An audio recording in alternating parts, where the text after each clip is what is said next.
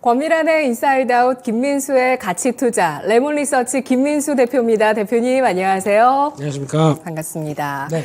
자, 오늘은 또 월요일 어떤 주제를 가지고 이야기를 나눌지 보시죠. 2023년 마무리 어떻게 할까? 네, 올 한 해 연초에는 기대감 없이 시작을 했다가 연말까지 기대감이 충만한 모습을 보여주고 있습니다. 상반기에는 배터리 쪽에 좀 쏠렸다면 하반기에는 또 IT 쪽에 반도체 관련주의 쏠림이 나타나고 있는데요. 파월 연준 의장이 또 예상치 못한 선물을 줬습니다. 네. 어떻게 보실까요? 네, 어떻게 마무리를 잘할까?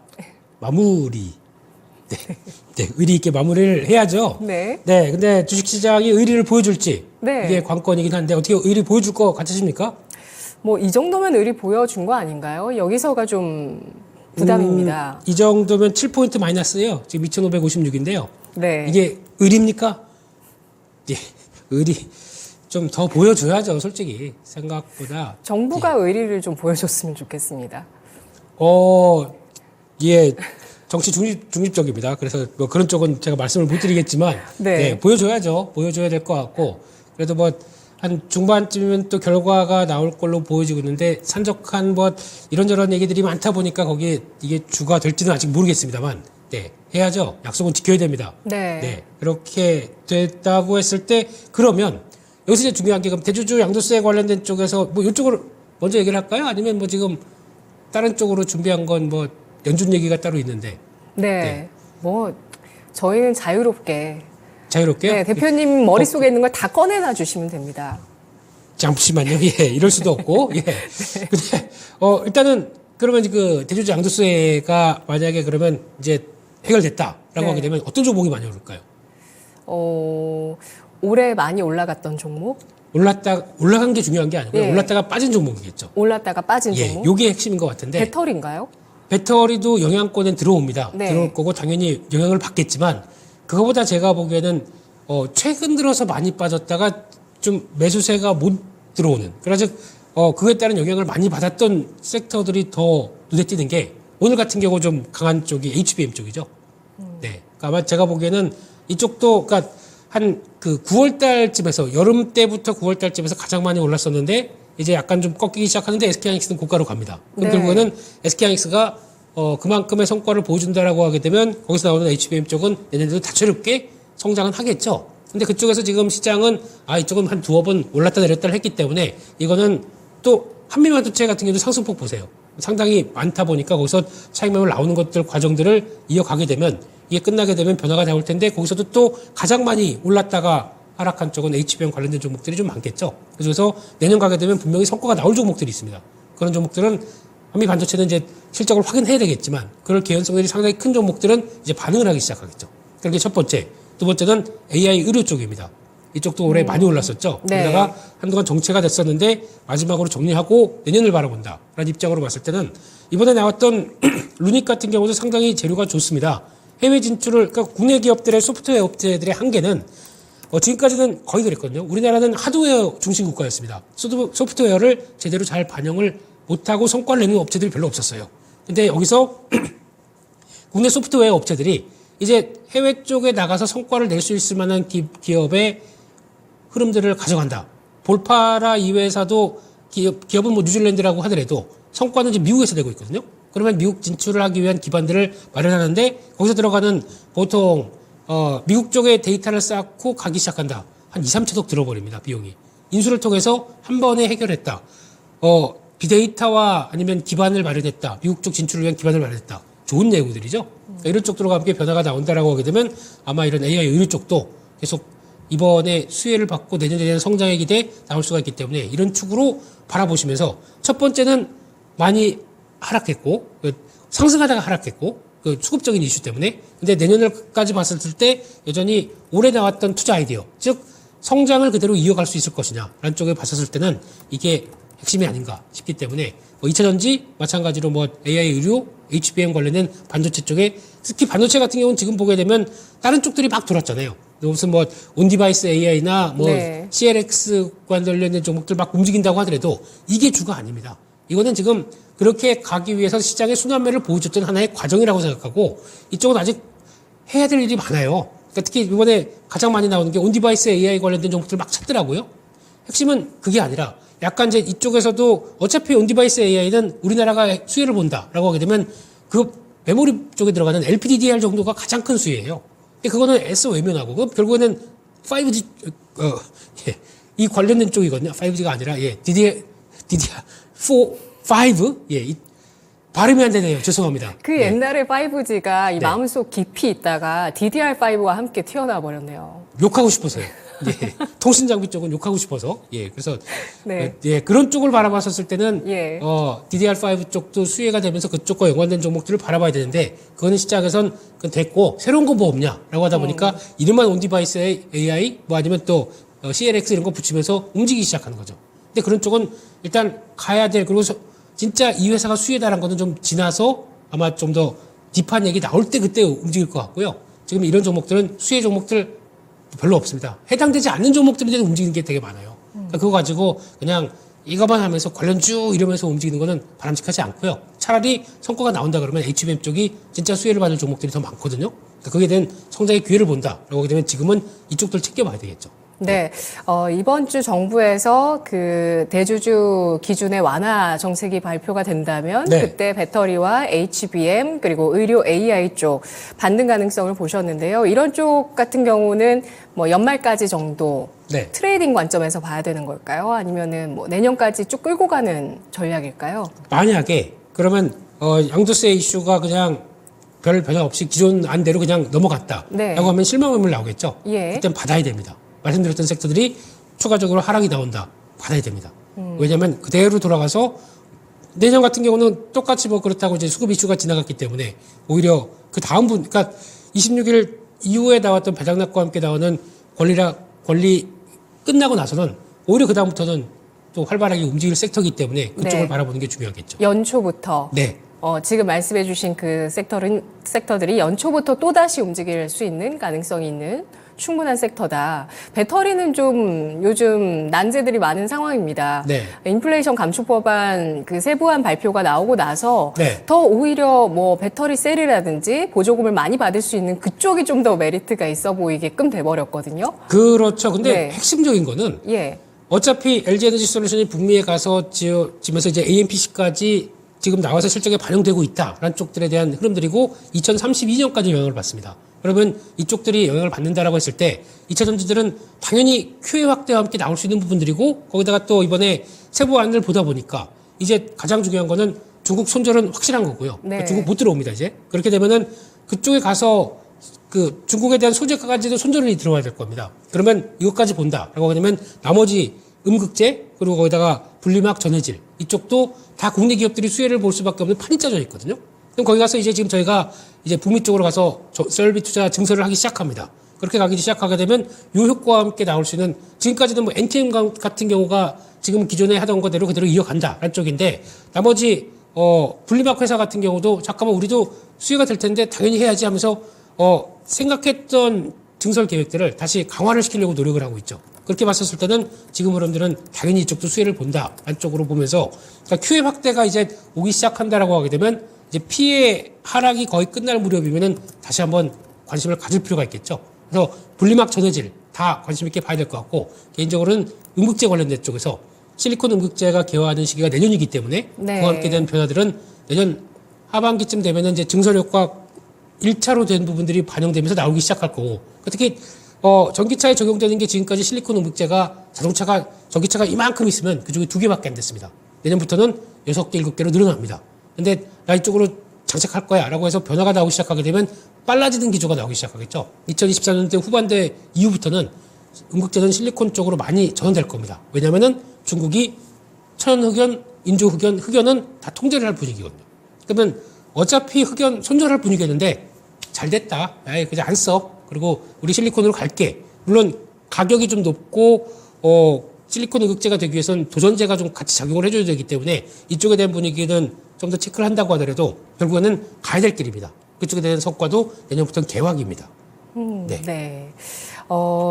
지금 전액 같은 경우는 테슬라 미국 공장이나 또 네. LG 에너지 솔루션의 GM 현지 합작 공장에서 중국 전액을 일부 또는 전체를 쓰고 있기 때문에 한국산 전액의 내년 수요 크게 급증할 수 있고 맞습니다. 특히 이제 엔캠 같은 경우는 미국 공장이 이미 있는 상황이고요. 또 오늘 신고가를 경신하고 있는 솔브렌 홀딩스 같은 경우는 내년에 현지 공장을 준공해서 양산에 나설 계획입니다. 신고가 가고 있고요. 네.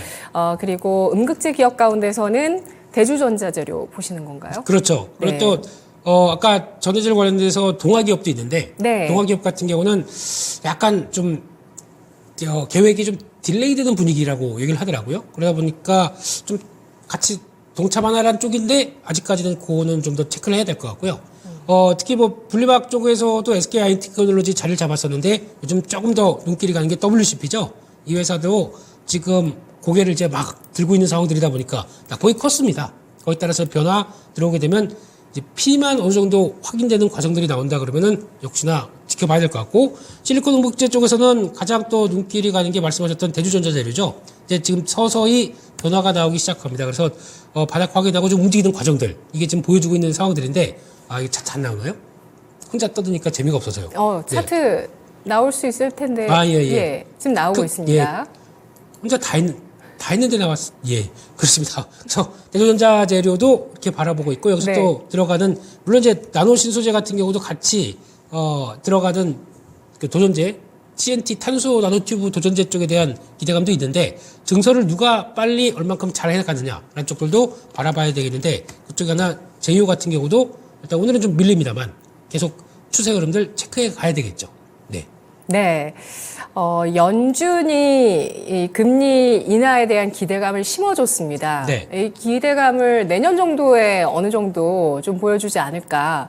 금리 인하에 대한 어떤 기대감 시그널을 내년쯤에 얘기하지 않을까. 이런 얘기들이 많았었는데 네. 좀 빠르게 잘 마무리하기 위해서 언급이 나왔습니다만 또 뭐 뉴욕 연은 총재라든지 뭐 여타 또 여는 총재들이 금리 인하가 아직은 논의 주제가 아니다. 금리 인상 또 할 수도 있다. 네. 이런 얘기까지 하면서 좀 파월 의장의 발언을 진화하는 듯한 네. 그런 발언을 하기도 했습니다.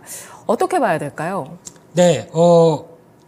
앞에서는 떠들고 뒤에서는 불 끄고 이런 쪽이죠. 파월 의장이 왜 그런 말을 했을까? 근데 예. 어차피 가야 될 길이다 보니까 미리 이제 방향에 대한 제시를 했지만 예. 시장이 그에 따라서 기대감을 키우면서 변화를 들어온다 그러면 그거는 누가 할 일입니까?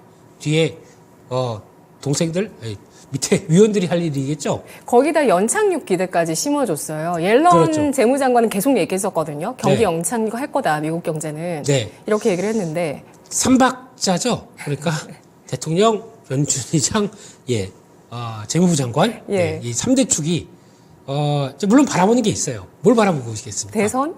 거기까지. 예. 근데 네. 연준은 당연히 독립적인 기관이죠. 독립적인 기관인데 그럼에도 불구하고 일단 지금 시점 쪽에서 약간 그리고 뭐 연준의 변화, 연준의 의장만 보여준 게 아니라 연준 위원들 자체적으로도 다 그랬지 않습니까? 17명 그러니까 중에서 전도표가 낮아졌고. 그렇죠. 15명이 다 인할 걸로 보는 상황이다 보니까 그렇게 예. 나왔던 부분들로 생각하게 되면 그게 가는 길이 맞습니다. 맞는데 시장이 너무 기대감을 키워서 혹시나 단기 버블을 좀 키울까봐 그것에 따른 변화를 지금 약간 브레이크를 밟는 과정이라고 봐야 될 것 같고 게다가 지금 내년 같은 경우 지금 시장에서는 벌써 내년 3월부터 금리 인하할 것이다라는 또 기대감이 많이 나오는데 또 어떤 쪽에서는 이제 마음이 좀 급해졌어요.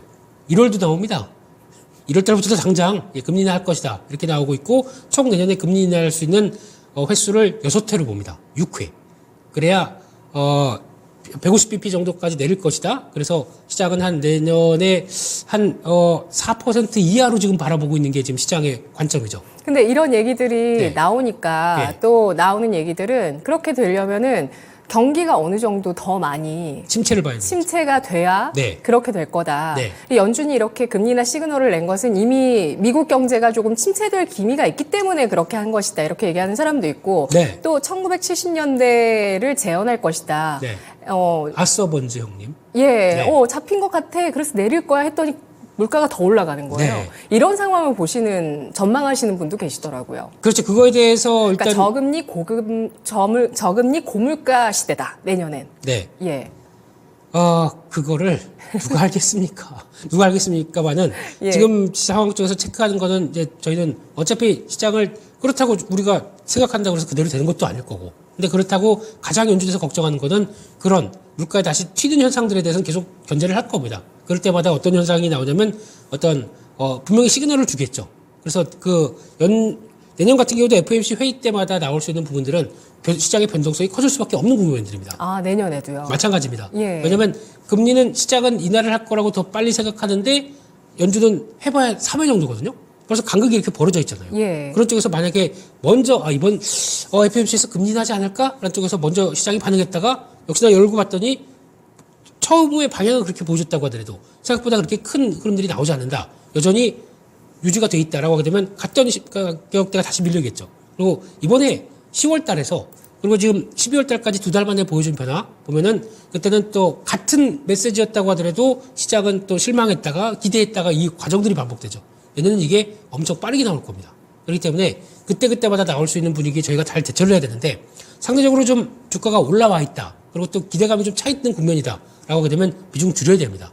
그러다가 다시 또 시장에서 안정을 찾기, 시장에서 이거 너무 우리 앞서갔나 봐. 라는 쪽에서 좀 잠잠해진다. 라고 되면 그때는 다시 늘려야 되고.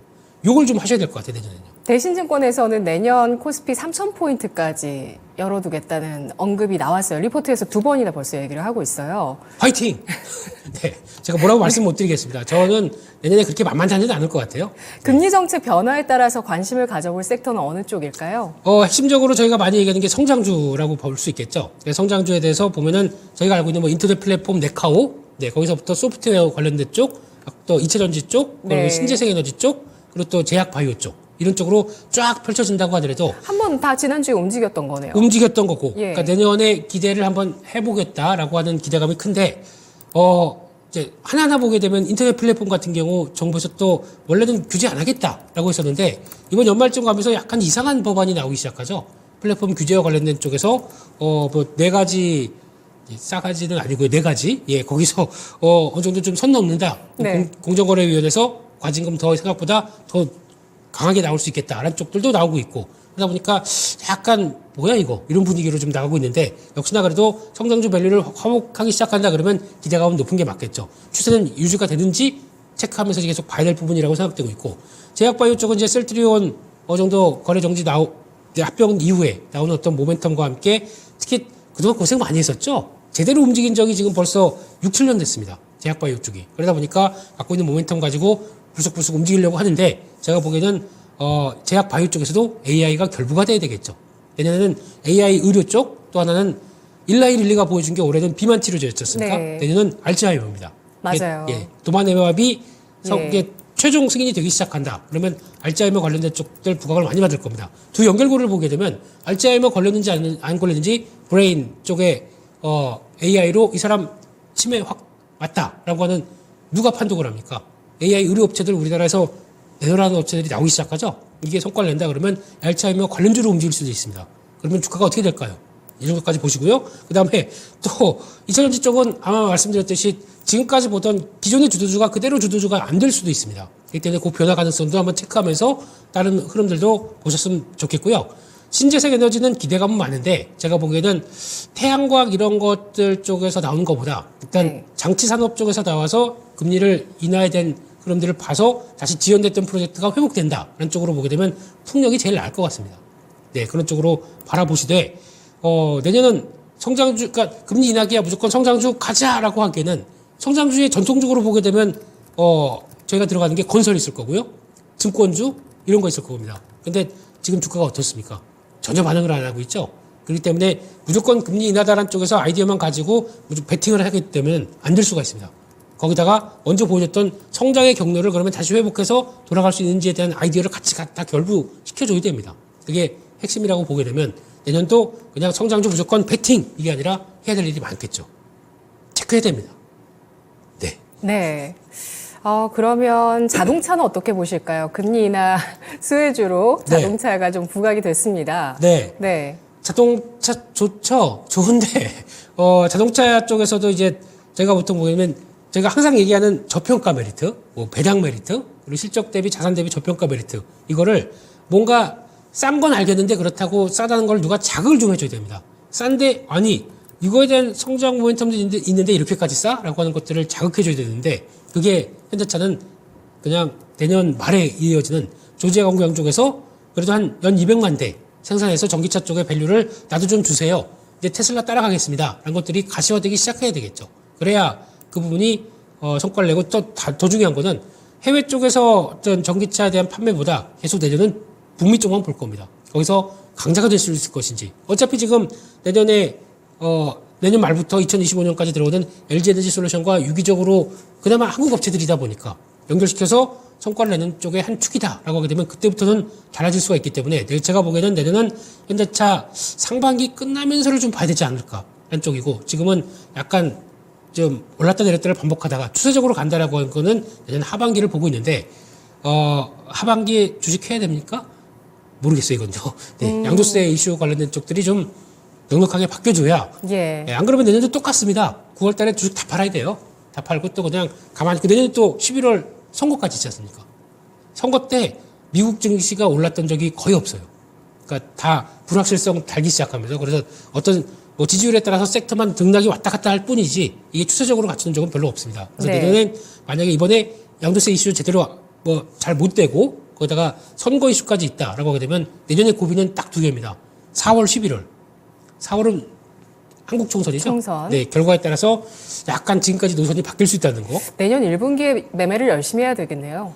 원래 그래서 안 하셨습니까? 지금 원래 가장 열심히 해야 되는 네, 1분기. 집중은 항상 1월 효과와 함께. 예. 네, 그래서 나와서 좀 돈 벌었다 그러면 약간 좀 차익 해놓고 기다렸다가 다시 또 쭉 밀린다 그러면 거기서 했다가 한 여름 때까지 한번 또 하는 거 보고 그 다음에는 아유 여름 휴가 늦게 가셔야죠.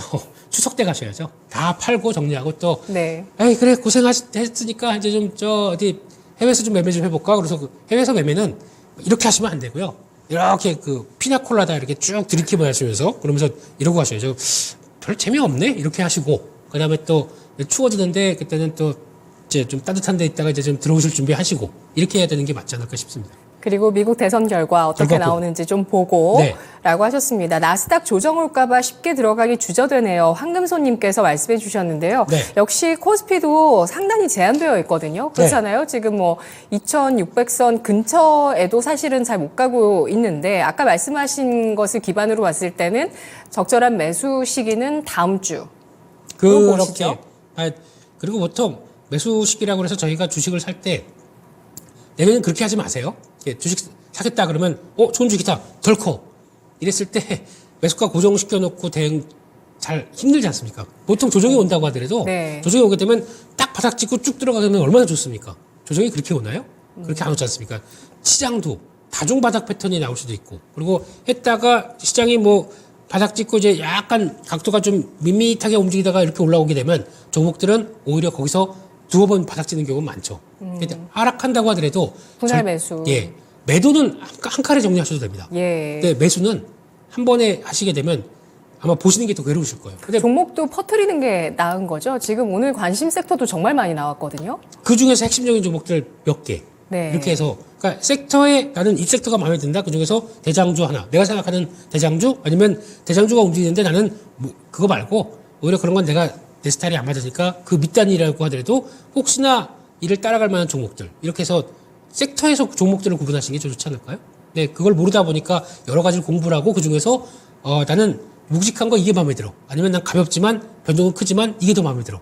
성향에 따라 다르실 거 아닙니까? 그런 것도 한번 보시자는 얘기입니다. 네. 그래도 이번 주보다는 다음 주에 매수하는 게 더 유리하다고 보시는 건가요? 뭐 정부를 믿으시면 네. 이번 주에 하시는 거고요. 이번 주에 발표가 나게 되면 이제 예. 조금 더 속도가 나기 시작하겠죠. 네네.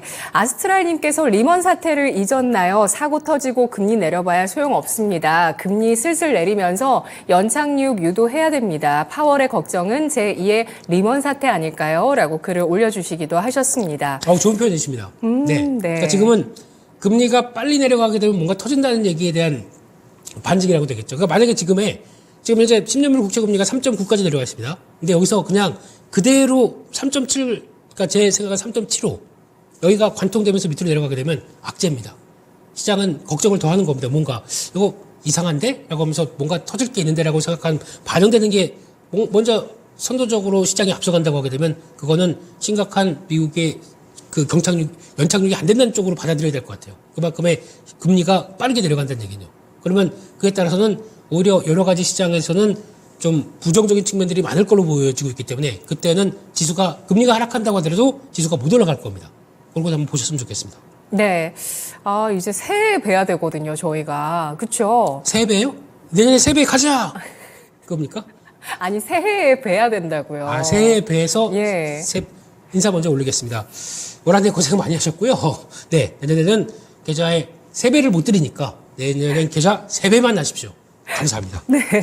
아, 가시기 전에 네. 내년도 전망과 투자 전략을 짧게 정리를 하고 네. 저는 오늘 말씀해 주신 섹터들 대장주까지 좀 꼽고 끝내버리면 좋겠는데 시간이 좀 허락할지 모르겠습니다만 네. 내년 전망과 투자 전략 말씀해 주시죠. 내년 전망과 전략은 딱 한마디입니다. 네. 쥐락펴락. 오. 네. 간다고 무조건, 여기서 또 올라가게 되면 만약에 2650, 2700 근처 만약에 간다 그러면은 시장에서 또, 이거 3000 가는 거 아니야? 그때가 고점일 수 있습니다. 단기 고점. 그러면 그렇게 쭉 밀렸다가 또 다시 2400, 2500대 밑으로 쭉 내려가게 되면, 이것도 너무 오버해서 저 밑에까지 가는 거 아니야? 그때가 저점입니다. 이런 식처럼, 주식을 그냥 갖고 홀딩했었을 때에 대한 여파는 어떻게 보면 홀딩만 쭉 하게 되면 왔다 갔다 재미가 없을 수가 있습니다. 그런데 우상향하는 종목들을 찾는 게 첫 번째고, 네. 거기다가 그것도 우상하다가 시장에 그러니까 관심이 이쪽으로 후훅 쏠렸다가 또 이쪽으로 후훅 쏠리는 이런 과정들이 많을 거예요. 그러면 갔었을 때 후훅 들어갔을 때는 반은 팔아야 됩니다. 그랬다가 다시 내려올 때 사야 되는 이런 과정들인데 저희가 왜 주식하다 보면 좀 마음이 급하신 분들 있지 않습니까? 그래서 또 좀 공격적으로 하는데 됐고 한 방에 그냥 신용하고 빡 이렇게 매매하시면 안 됩니다. 그냥 좀 정리하고 다시 사시고 하는 기조를 맞춰가시는 게 훨씬 더 어떤 전략 쪽에서 돋보일 것 같습니다. 그렇기 때문에 내년은 아마 이제 저희 연말까지 해서 좀 시간이 있게 되면은 내 기술적 분석 아니면 나의 마인드를 조금 그런 걸 맞춰가 보시죠. 좀 어떤 때 나는 여기서 좀 비중을 줄여야 될 것인가 라고 하는 네. 내 관점들 이런 것들 좀 보강하시게 되면 내년은 무조건 다 안 가져가 라고 마음을 꼭 먹고 그다음에 현금도 좀 가져가시면서 대응하셔야 될 것 같습니다. 예. 말이 많네요. 죄송합니다. 아닙니다. 질문 한 가지만 딱 더 드릴게요. 네. 그러면 반도체 관련주 가운데 네. 대장주 네. 한미 반도체인가요? 아니요. SK하이닉스입니다. SK 하이닉스 또 HBM 관련주 가운데서는 여러 종목들이 있을 텐데 네. 시총이 좀 되는 것 중에서 시장에서 그렇게 크게 평가 못 받는 종목 중에서 기가비스라고 있습니다. 네, 이 회사는 HBM이 뭡니까? 결국엔 기판 위에다가 만드는 거죠. 그 기판을 검사하는 외관은 하는 회사들이 많습니다. 내관 쪽에서는 이 회사가 글로벌 시장 점유율 80%입니다.